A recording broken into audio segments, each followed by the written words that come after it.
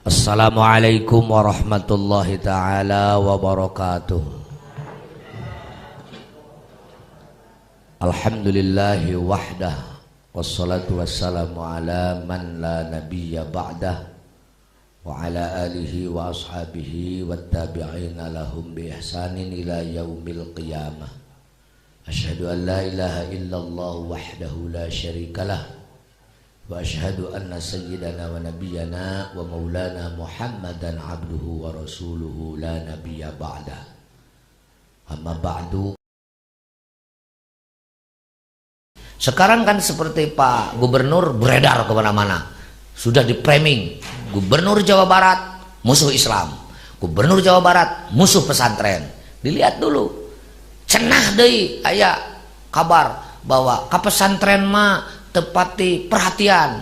Saya baca lebih-lebih misalnya kalau pesantren sok ancur karena politik disalahkan. Nah, lamun gubernur nyebutkan pesantren ancur karena politik salah, itu saya simpulkan gubernur tolol, itu saya simpulkan gubernur blow on, itu saya gambarkan gubernur kurang ajar. Saya ngomong seperti ini tanggung jawab aing jenggelutna, lain ukur hanya sebatas miwir ngomong di bibir. Bagaimana kiai mau lepas dari politik?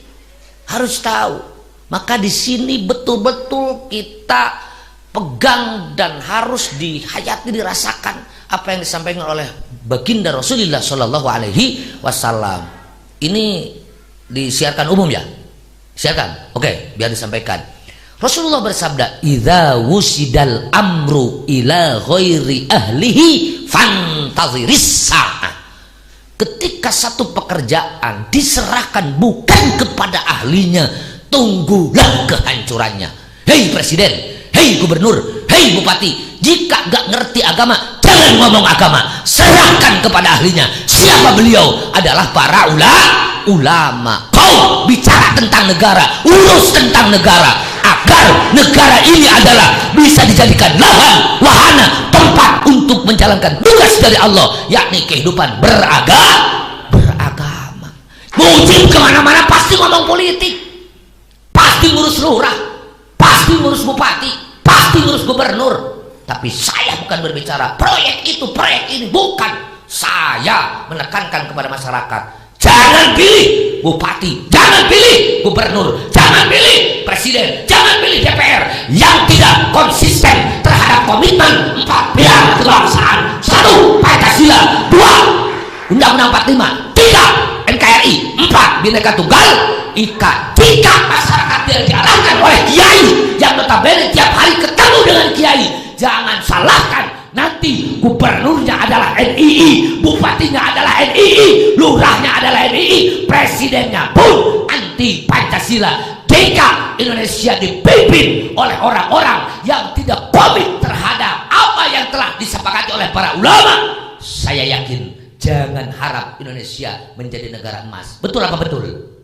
La yasluhu amru hadhil ummah illa bima saluha bihi awailuha. Ngimpi kau ingin membangun Indonesia negara emas dengan berbagai macam kekuatan, kehebatan, kepintaran, gak bisa jika leluhur kita, harapan orang tua kita tidak diperhatikan. Apa maunya pejuang kita? Apa maunya pahlawan kita? Apa maunya leluhur kita? Indonesia diantarkan menjadi negara yang apa telah disampaikan oleh Allah Subhanahu wa taala, baldatun thayyibatun wa rabbun ghafur. Makmur dalam keadilan, adil dalam kemakmuran, masyarakatnya sejahtera, tetapi mencari ridha Allah Subhanahu wa taala. Saya deklarasi di mana-mana, saya mendukung pemerintahan sah. Fauzan mendukung pemerintahan sah, NU mendukung pemerintahan sah, PWI mendukung pemerintahan sah, BNP mendukung pemerintahan sah, Al-Maghari mendukung pemerintahan sah. Saya mendukung program Pak Deddy, Jawa Barat jadi provinsi yang istimewa. Tapi catat kepada semua pejabat, gak bisa kau bekerja tanpa berserta dengan ulama. Siapapun, sehebat apapun, membangun negara tidak membawa ulama, tidak melibatkan ulama. Lebih-lebih kalau menghinakan dan melecehkan ulama, lebih-lebih menghinakan, melecehkan pesantren. Ayo kita saling lihat, saling buktikan. Gak bisa. Cicinglah ulama mah tong bepiluan. Ngaji weh, nguruk weh. Kamu melecehkan baginda Rasulullah Shallallahu Alaihi. Rasulullah itu manifestasi daripada Al-Quran. Kamu harus tahu ketika bicara politik, politik itu sesuatu yang berurusan dengan negara. Rasulullah SAW itu bukan hanya imam sholat, bukan hanya penceramah, panglima perang yang ngurus negara, nguruskan perut orang lapar, nguruskan orang sakit, nguruskan orang agar nggak bodoh, nguruskan orang bagaimana supaya hidupnya nyaman, tenang. Bagaimana Rasulullah sampai mengatakan wallahi la yu'minu, wallahi la yu'minu, wallahi la yu'minu. Qila man ya Rasulullah? Alladzi la ya'manu jaruhu bawa'iqahu. Sungguh tidak beriman, si dia tidak beriman, si dia tidak beriman. Siapa ya Rasulullah? Orang yang menjadikan tetangganya hidupnya gelisah. Keamanan, kebutuhan kita itu 4: keamanan, pendidikan, kesehatan, dan ekonomi. Rasulullah manifestasi daripada Al-Quran. Kana khuluquhul Quran. Gerakna, gerikna, rengkakna, polahna, ciptana, semua itu adalah apa yang disampaikan oleh Allah dalam Al-Quranul Karim. Beliau itu politikus. Catat sekali lagi kepada para pejabat, kepada para pemangku negara, jangan sekali-kali mengatakan kiai tidak boleh bicara politik, kiai tidak boleh urusan-urusan negara. Hei, tugas ulama: 1, himayatuddin, menjaga agama; 2, himayatud daulah, menjaga negara. Jangan sampai negara Indonesia ini adalah diutik-utik oleh gerakan separatisme yang tidak bertanggung jawab dengan menjadikan agama sebagai kedok. Khilafah, khilafah, khilafah. Apa yang disampaikan Allahu Akbar, Allahu Akbar, setelah itu bunuh orang bebas. Itu Islam apa Islam? Maka ada yang mengatakan Allahu Akbar, jawab sami Allahu liman hamidah. Takbir. Apa takbir? Saya kata apa itu? Menyanitah jalmaku masdar. Kabbar yukabbiru takbiron. Kalau nyuruh orang takbir bukan takbir. Ngomong agama nasib dorobayat ribu deramben. Kafara yukaffiru kufron. Nah, iya teh. Fahuwa onyon kayak itu. Nah, di sini. Waduh, kalau penceramah, kalau para kiai memegang pesantren sudah jauh dari kitab kuning, susah. Maka dengan adanya program kelas khusus ini yang diserahkan dari pihak yayasan, sebagai manajernya adalah Ceng Haji Aum, mudah-mudahan sebentar lagi jadi doktor.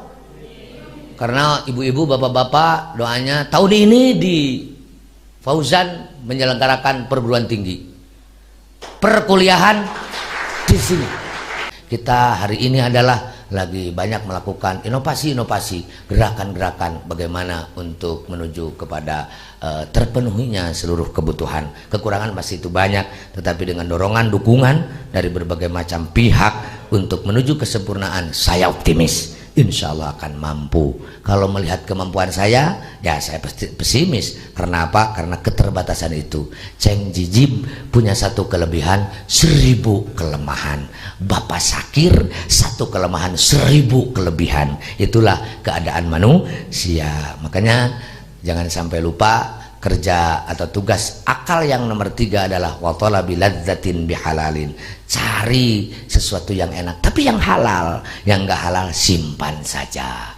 Demikian yang bisa saya sampaikan. Mohon maaf atas segala kekurangan. Wallahul muwaffiq ila aqwamit thoriq. Wassalamualaikum warahmatullahi wabarakatuh.